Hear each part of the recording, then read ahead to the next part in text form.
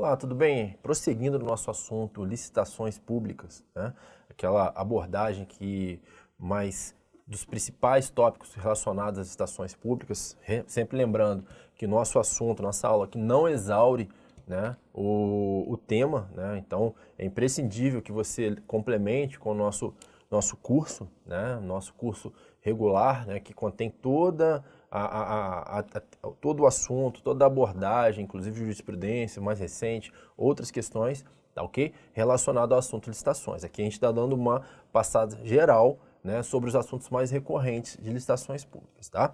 No final do bloco passado, a gente estava iniciando o estudo dos princípios explícitos ou expressos na Lei 8666. Bom? E agora a gente vai continuar e, além de estudar os princípios expressos, né, ou explícitos, a gente vai estudar alguns, né, a gente vai abordar um pouco dos princípios implícitos, né? A gente não vai entrar com tantos detalhes, tá? Porque são menos cobrados em provas, tá? E como também a gente vai trabalhar sobre os tipos de licitações, Às vezes muitos alunos confundem tipos com modalidades, e é isso que a gente vai trabalhar hoje também, tá? Vamos lá? Bom, princípios explícitos. Aqui a gente traz aquele nosso esqueminha que a gente trouxe no final do bloco passado, tá? Então você já viu isso aqui é importantíssimo para você guardar, para você fazer aquela revisão pré-prova, para você se lembrar quais são os princípios explícitos, ok? Não adianta, tem que memorizar, né? O estudo da Lei 8666 envolve uma carga considerável também de memorização, obviamente, sem deixar de lado, né? Sem prescindir, né, da correta compreensão do assunto, que é muito importante para você acertar bem as suas questões na prova, tá, ok? E atingir aquela tão sonhada aprovação, tá?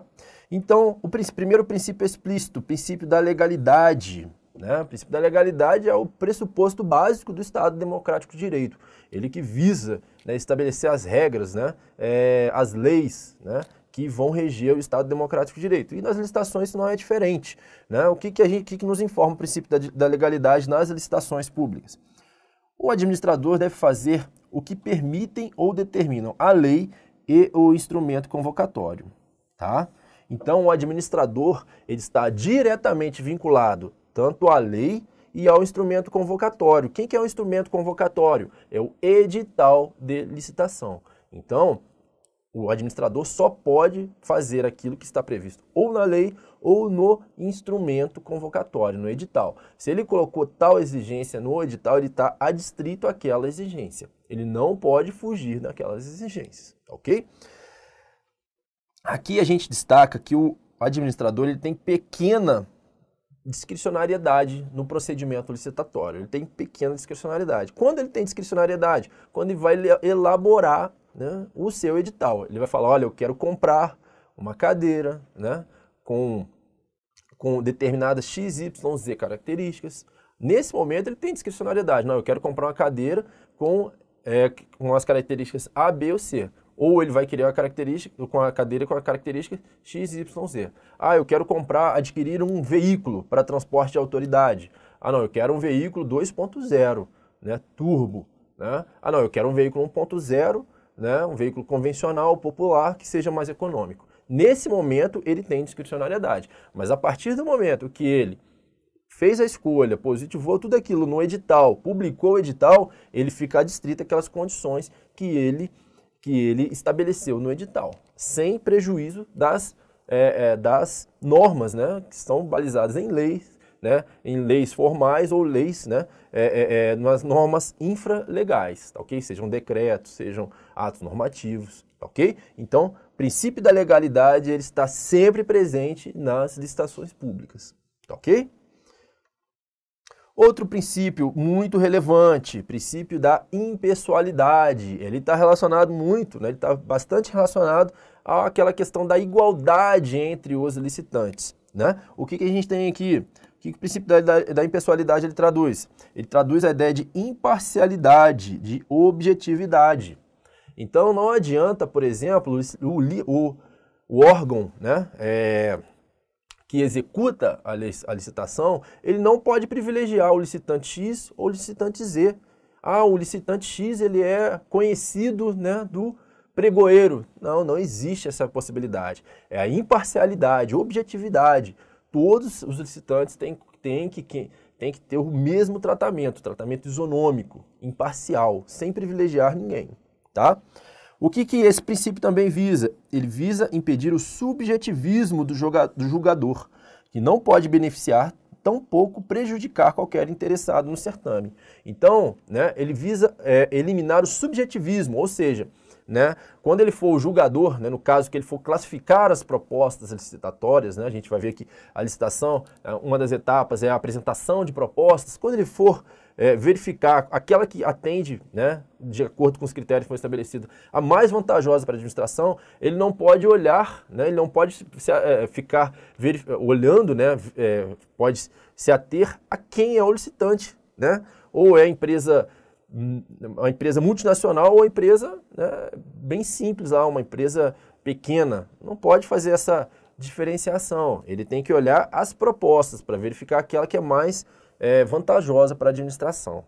Ok? Obviamente, a gente vai ver que esse princípio, né, essa questão de isonomia, de igualdade, ela não é tão rígida assim. A gente vai ver que, alguns casos, as empresas menores têm um tratamento diferenciado, mas isso é assunto para frente. Tá? Mas o que a gente visa aqui com o princípio da impessoalidade? Eliminar o subjetivismo. Ele não pode favorecer e nem prejudicar nenhum licitante. Os licitantes têm que ser tratados de forma igualitária. Tá? Eliminando o subjetivismo, o julgamento, né, do servidor que está executando a licitação, ele tem que ser objetivo, tá? Tem que ser de acordo com os critérios estabelecidos, ok? Bom, aqui a gente tem, né, mais um princípio, né? Aqui, na verdade, dois princípios da moralidade e da probidade administrativa, tá? Eles decorrem daquela máxima, né, que você já deve ter ouvido, né? Nem tudo que é legal é moral e honesto, tá? Então, essa diferenciação é de suma importância, porque a boa-fé, a honestidade, a ética do servidor, ela tem que caminhar junto à obediência ao princípio da legalidade, tá? Um exemplo bem básico aqui que eu vou dar para você imagine o servidor, né, uma autoridade, né, lá do Poder Executivo, seja qual poder for, e solicita que a administração adquira uma cadeira, mas ele quer uma cadeira de 100 mil reais. Ele pode fazer o órgão pode fazer todo o procedimento licitatório, né? Ele pode fazer todo o procedimento licitatório, né, de acordo com as leis, né? Atingir todas as formalidades, seguir todas as formalidades, né? Fazer o procedimento no que se refere à legalidade sem qualquer vício, sem qualquer problema. Mas aí eu pergunto a você, é honesto, é ético, é de boa fé, né, a administração pública adquirir uma cadeira para alguém se assentar no valor de 100 mil reais? É uma questão muito subjetiva, né? Então, né, o que o administrador deve buscar? Né? Ele deve buscar agir de forma ética, com boa fé e honestidade. Tá? Tanto a administração quanto os licitantes, né, devem observar a conduta honesta e civilizada, impedindo conluios entre os licitantes que objetivem ajustes desleais ou aumento de preços, né? Então aqui a gente tem outra faceta desse princípio da probidade ou da moralidade, tá? Voltando, né? Essa questão da legalidade, né? Você pode fazer um procedimento sem qualquer mácula, né? Sem qualquer mácula do ponto de vista formal, atendendo a todos os preceitos legais, né? Mas você verifica que houve um conluio entre os licitantes, em que o preço ficou acima daquele que realmente deveria ser proposto à administração. Então a gente tem mais uma vez aqui uma conduta desonesta, tá? Que pode não afrontar o princípio da legalidade, mas vai afrontar o princípio da moralidade e da probidade administrativa. Tá ok? Então, prosseguindo. Bom, um princípio agora que a gente vai tratar, o da igualdade, que está diretamente relacionado ao princípio da impessoalidade, que a gente viu lá atrás. O que o princípio da igualdade, da isonomia, nos diz? Né? Ele visa, né, ele busca, né, ele visa eliminar o tratamento diferenciado ou favorecimento a determinados licitantes. Então, todos os licitantes, como eu havia dito lá atrás, eles devem ser tratados de forma igualitária, isonômica. Tá ok? No entanto, aqui eu trago para você, né, complementando aquela informação que eu havia trazido lá atrás, são admitidas algumas diferenciações entre os licitantes. Tá? Ah, professor, mas você falou que todos devem ser iguais, né? Só que tem aquele brocardo, né, que todos são iguais na medida de suas desigualdades. Então, o que a legislação busca? A legislação busca tornar, por exemplo, que uma empresa, uma pequena empresa, ela tenha condições de competir de forma igual, né, de forma justa com um mega produtor de determinado produto. Tá? Então, o que a legislação faz? Ela destina algum tratamento especial para alguns setores ou algumas empresas, né, pequenas empresas, né, facilitando com que essa empresa possa produzir, né, e possa vender para a administração. Então, um dos objetivos, né, da licitação é conferir essa isonomia entre os licitantes, o que não quer dizer tratamento absolutamente igual. Tá? Então, a própria legislação, tem previsão legal, a própria legislação já prevê esse tratamento, né, algumas diferenciações entre os licitantes. É exceção, tá? Essa não é a regra, essa é uma exceção visando fomentar alguns ramos dos setores econômicos. Por exemplo, né, isso a gente vai tratar lá no nosso curso, mas o estabelecimento de margem de preferência, né? Alguns setores, né, alguns ramos, né, por exemplo, produtos manufaturados e serviços nacionais, eles têm uma margem de preferência, né, no envio de suas propostas. Tá? Eu não vou entrar aqui no detalhe porque esse assunto ele é um pouquinho mais rebuscado, ele tem um pouquinho mais de complexidade dos detalhes. Tá? Mas eu quero que você guarde essas informações. Tá? A igualdade ela não é absoluta. Tá? Fique na sua cabeça com esse tratamento da isonomia. Tá? Essa frase aqui é bem legal para você guardar isso. Todos são iguais na medida de suas desigualdades. Ok? Prosseguindo, né? Dentro ainda do princípio da igualdade, né? A Lei 8666 proíbe cláusulas ou condições que comprometam, restringam ou frustrem o seu caráter competitivo da licitação. Ah, Rafael, mas o que é isso? Isso seria, por exemplo, eu colocar determinadas especificações no edital que atenda exclusivamente a um fornecedor. Né? Vamos imaginar que esta caneta aqui, né? Que essa caneta aqui que ela tivesse um orifício aqui transparente que emitisse luz. E essa fosse a única fornecedora, né? O único modelo desse no mercado. E eu colocasse no meu edital que eu queria somente esse tipo de caneta. Ou seja, somente o fornecedor X que poderia me vender. Eu estou restringindo a competitividade. Eu estou frustrando a competitividade. Obviamente, né, alguns casos, né, excepcionalíssimos, se admite essa questão do fornecedor único. Mas tem que ser fundamentado, tem que ser devidamente amparado legalmente, não é o comum. Tá? Então, guarde isso aqui. Tá? Né? O contrato ou o edital, né, melhor dizendo, o edital, ele não pode ter cláusulas ou condições que comprometam, restringam ou frustrem o caráter competitivo da licitação. Tem que ser as normas, né, as cláusulas que estão no edital de licitação, elas visam, né, elas têm que promover a ampla competitividade e não visando determinado ramo ou a uma única empresa. Ok? Prosseguindo, vinculação ao instrumento convocatório. O que é isso? Vinculação ao instrumento convocatório. Você se lembra que eu havia falado no princípio da legalidade, né, que o administrador está vinculado à lei e ao instrumento convocatório, ao edital. Tá? Então vamos ler aqui. Licitação é um procedimento vinculado com reduzida margem de liberdade para o administrador. Isso a gente já tinha visto lá no princípio da legalidade, né? Então, a vinculação às leis e ao instrumento convocatório. Aqui a gente tem outra informação importante relacionada à vinculação ao edital. Inibe a criação de novos critérios ou novas regras após a sua expedição do edital, evitando assim que os licitantes sejam surpreendidos. Então, o detalhe aqui é o seguinte, após a publicação do edital, não pode a administração pública, por exemplo, inventar, né, criar novas regras para aquele edital. Você imagine, por exemplo, vou dar um exemplo bem vultoso, um exemplo bem grande. A Agência Nacional de Petróleo, ela vai fazer, por exemplo, uma venda, né, concessões, né, que a gente chama de concessões, de blocos de exploração de petróleo, né? E ela coloca todo o seu edital lá, bonitinho, tal. Aí, faltando 2 dias para o procedimento, ela fala, olha, ao invés de você pagar a mim em 15 dias, né, o pagamento seria em 15 dias, eu quero que você pague em 2 dias após a sessão de ofertas das propostas.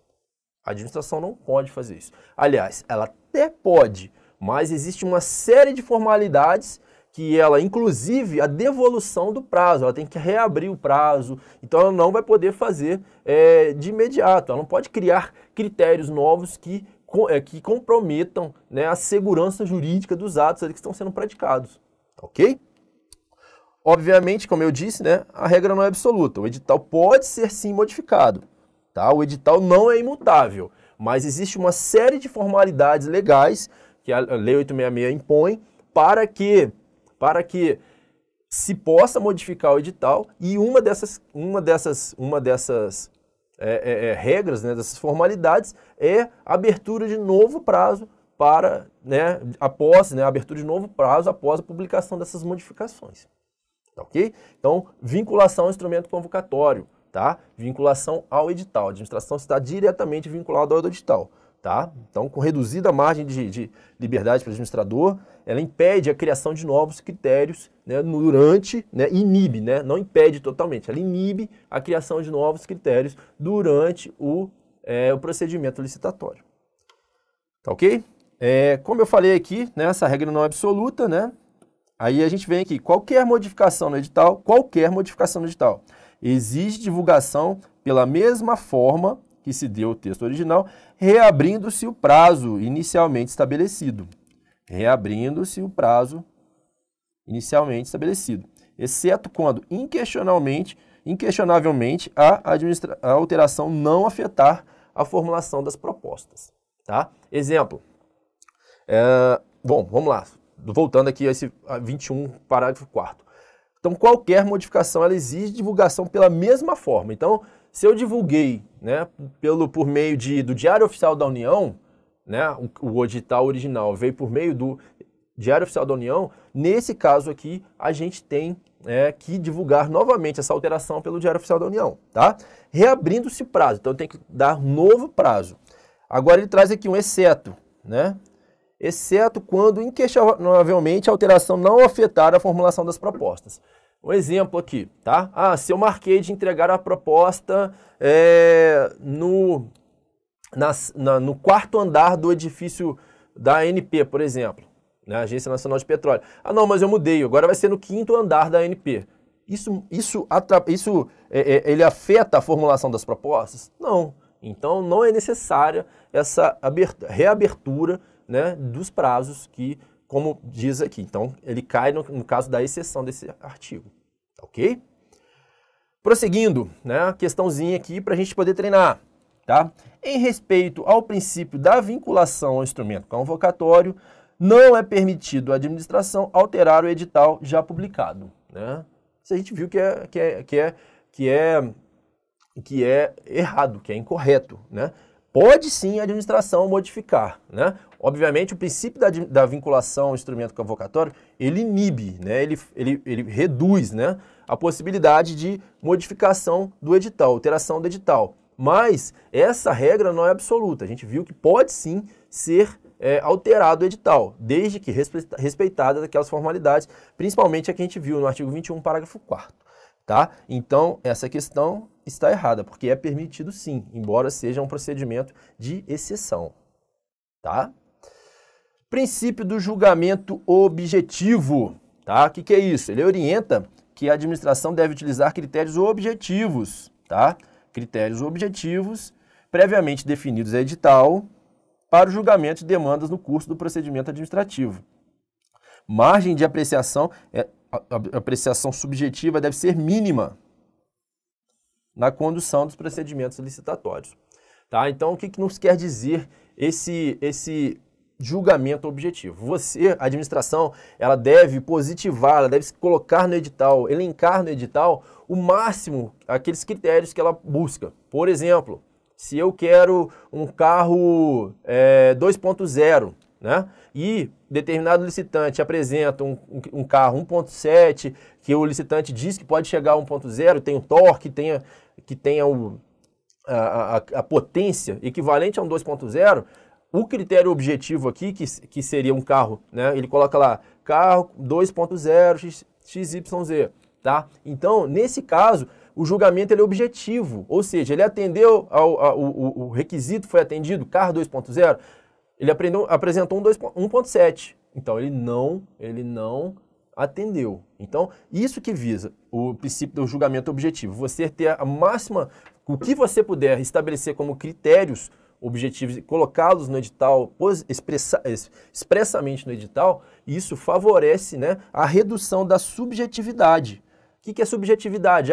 Fica a critério do gestor. Mas será que esse carro é 1.7? Será que ele não é de fato 2.0? Não, é um critério objetivo. Ele visa reduzir a subjetividade nas licitações, tá ok? Ou seja, para evitar favorecimento. Quanto mais claros e objetivos os critérios adotados na licitação, maior chance tem de o certame ser imaculado, ser sem vícios, tá ok?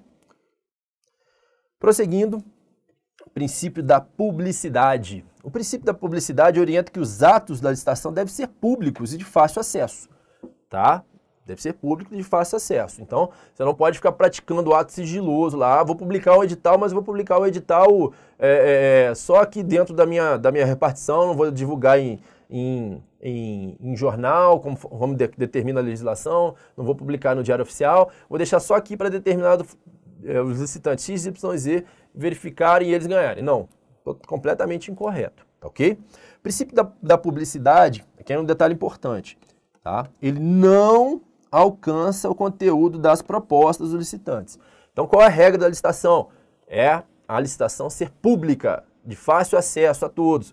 Porém, as propostas dos licitantes, né, até a abertura das propostas, que é uma etapa da licitação, elas são sigilosas. Por que ela deve ser sigilosa? Para um licitante não ficar sabendo o que o outro colocou, para ele não colocar um valor maior ou menor, frustrando a competitividade, ou até mesmo para evitar conluios, tá ok? Então, as propostas são sigilosas até a sua abertura, tá ok? O que nos informa aqui? O artigo 3º, parágrafo 3º, ele nos resume bem essa questão.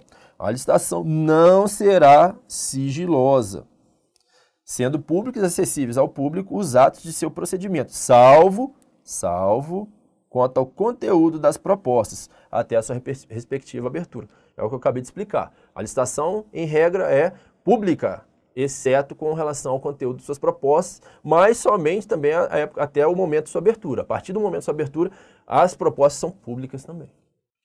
Perfeito? Bom, mais uma questãozinha de prova. Conforme o princípio da publicidade, a licitação não pode ser sigilosa, devendo ser público todos os atos do seu procedimento, em todas as fases, incluído o conteúdo das propostas apresentadas antes da sua respectiva abertura, tá? Então, até aqui, até essa barrinha onde eu coloquei aqui, a questão estava ok. O princípio da publicidade, a licitação não pode ser sigilosa, ok. Devendo ser público todos os seus atos, né? Todos os atos do seu procedimento. Aqui já estaria errado, não? São todos. Em todas as suas fases, incluído o conteúdo das propostas apresentadas antes da respectiva abertura. Então, as propostas não são públicas antes da sua abertura, ok? Como eu disse, para não frustrar a competitividade do certame, ok? Então, a questão está errada. Bom, aqui a gente finalizou, né, os princípios explícitos, né? Passei em linhas gerais, tá, aqui para você, né, as informações mais relevantes sobre os princípios, e aqui a gente vai comentar um pouquinho, bem rapidamente, sobre os princípios implícitos. Por quê? Porque eles são menos cobrados e, como eu disse a você, essa nossa aula é uma aula demonstrativa a fim de mostrar para você os pontos mais relevantes da matéria. Obviamente, esses princípios explícitos estão pormenorizados no nosso curso regular, tá? Eu vou falar rapidamente aqui, por exemplo, dos princípios implícitos, né? Oposição ou competitividade é um princípio da licitação, ou seja, deve haver competitividade no procedimento licitatório, né? Não pode ser uma coisa que visando atender somente um licitante, só tem uma proposta. Não, tem que competir, tem que reduzir preços, tá ok? Indistinção, né? Os licitantes têm que ser tratados de forma igualitária, sem qualquer favorecimento. Sigilo das propostas, né? Aqui você vê que é um princípio que é derivado, né, lá da sigilo da proposta, né, que a gente acabou de ver, né? A exceção ao princípio da publicidade, né? Lembra que eu falei para você que os princípios implícitos são decorrências, né, dos princípios explícitos? Então, o sigilo das propostas é uma decorrência do princípio da publicidade, mas é uma decorrência relacionada à sua exceção. Formalismo procedimental, tá? Embora hoje, né, atualmente a gente tenha muitas críticas às burocracias, né, ao formalismo exagerado, mas o procedimento licitatório é interessante sempre que ele seja, né, é necessário que ele seja um procedimento formal, ou seja, tem que estar tudo escrito, tá tudo registrado, publicado, né? Então, isso ele dá legitimidade ao procedimento licitatório, porque você tem várias pessoas competindo, e essa formalidade, ela também propicia o controle, tanto pelos órgãos de controle do Estado, né, TCU, CGU, controles internos, bem como ao controle social, né, exercido pela sociedade, verificando todos os atos, né, que embasaram aquela contratação, tá? Vedação à oferta de vantagens. O que é isso? Né? Não pode o licitante chegar para o servidor que está realizando o procedimento licitatório: olha, eu vou te dar essa vantagem aqui, vou te dar esse presente aqui para você me favorecer no certame licitatório. Então isso é vedado pela legislação, tá? Bom, aqui a gente tem a obrigatoriedade, tá? O que é obrigatoriedade? Né? O procedimento licitatório, ele é obrigatório, né? Ressalvados aqueles casos previstos na própria legislação, como no caso de inexigibilidade ou dispensa de licitação. Mas, do contrário, a regra é licitar. A regra, obrigatoriedade é licitar. Se a situação se enquadrar em alguma hipótese de dispensa de licitação ou de inexigibilidade, aí sim você vai fazer uma contratação direta, né, que a gente vai ver daqui a pouco, sem o procedimento licitatório. Outro princípio implícito, padronização, tá? O que esse princípio ele induz, né? Ele orienta que a administração tem que comprar os produtos, né, de forma padronizada. Por exemplo, uma questão muito interessante que ilustra bem esse ponto são as impressoras, né? Os órgãos, imagine-se, pois, se cada órgão da administração comprar um tipo de impressora, né? Na hora de você recarregar ou fazer manutenção daquelas impressoras, você imagina cada unidade fazendo uma licitação para diferentes impressoras. Você perde os ganhos de escala, você cria maiores burocracias, né, procedimentos formais para atender, né, determinados a questão da própria manutenção ou fornecimento lá das impressoras. Então, o que a Lei 8666 orienta? Que as compras, né, os bens e serviços sejam de forma padronizada, para favorecer o ganho em escala, reduzindo os dispêndios do Estado, tá ok? Razoabilidade, tá? Razoabilidade. O que isso aqui está dizendo? Para a gente a própria licitação não ter exigências, né, que extrapolem aquela real necessidade do procedimento, né? Então, você não pode colocar, no caso, exigências desarrazoadas no procedimento licitatório, tá? Isso é de suma importância também para favorecer a competitividade entre os licitantes. Motivação. O que é motivação? O gestor público, ele tem que motivar, ele tem que explicitar as razões de direito e de fato que levaram àquela aquisição ou aquela decisão no processo licitatório, por exemplo, a exclusão de um determinado licitante, né? Ele tem que motivar, não somente excluir, né, o licitante do procedimento. Ele tem que motivar, ele tem que fundamentar, demonstrar as razões de fato e de direito que fizeram ele tomar aquela decisão, tá ok? Fiscalização, tá? A Lei 8666, ela pressupõe que as etapas, né, do contrato administrativo, que a gente está falando mais do contrato administrativo, ela possa ser fiscalizada pela própria administração. Tá? É uma prerrogativa da administração, tá, ok? Economia e eficiência, né? Obviamente com um Estado cada vez, né, possuindo menos recursos, as demandas da sociedade cada vez mais elevadas, maior número de demandas, a economia e a eficiência se tornam essenciais também no procedimento licitatório, tá? Então, esses princípios da economia e da eficiência devem estar desde a etapa anterior à contratação, eles devem ser pensados desde a formulação do projeto básico de licitação, tá? Do edital de licitação, tá ok? Bom, adjudicação compulsória, o que é isso? É eu atribuir, né, a licitação, a vitória da licitação àquele licitante que realmente venceu o procedimento, né? Por exemplo, né, se não houvesse, por exemplo, esse princípio, poderia a administração ao licitante X, ele venceu a licitação, mas eu quero atribuir a vitória ao segundo colocado. Né? Não pode, a administração ela está vinculada, por mais bom senso, por mais que isso esteja relacionado, né, ao bom senso, né, como é que você vai atribuir a vitória ao segundo colocado? Né? Não teria lógica, mas a própria lei, ela positivou, né? Ou seja, você tem que adjudicar o objeto da licitação àquele que realmente venceu. Tá? Aquele primeiro colocado ali entre os critérios, né, que atendeu melhor aos critérios estabelecidos pela administração. Tá, ok? Bom, aqui a gente tem uma rápida passada nos princípios implícitos, né, das licitações e a gente... Bom, aqui a gente finaliza, né, o nosso tema sobre princípios, a gente tratou dos princípios implícitos e implícitos, e a gente já vai começar o nosso próximo bloco falando sobre tipos de licitação, modalidade de licitação e contratações diretas, tá bom? Eu espero você no próximo bloco e vamos lá!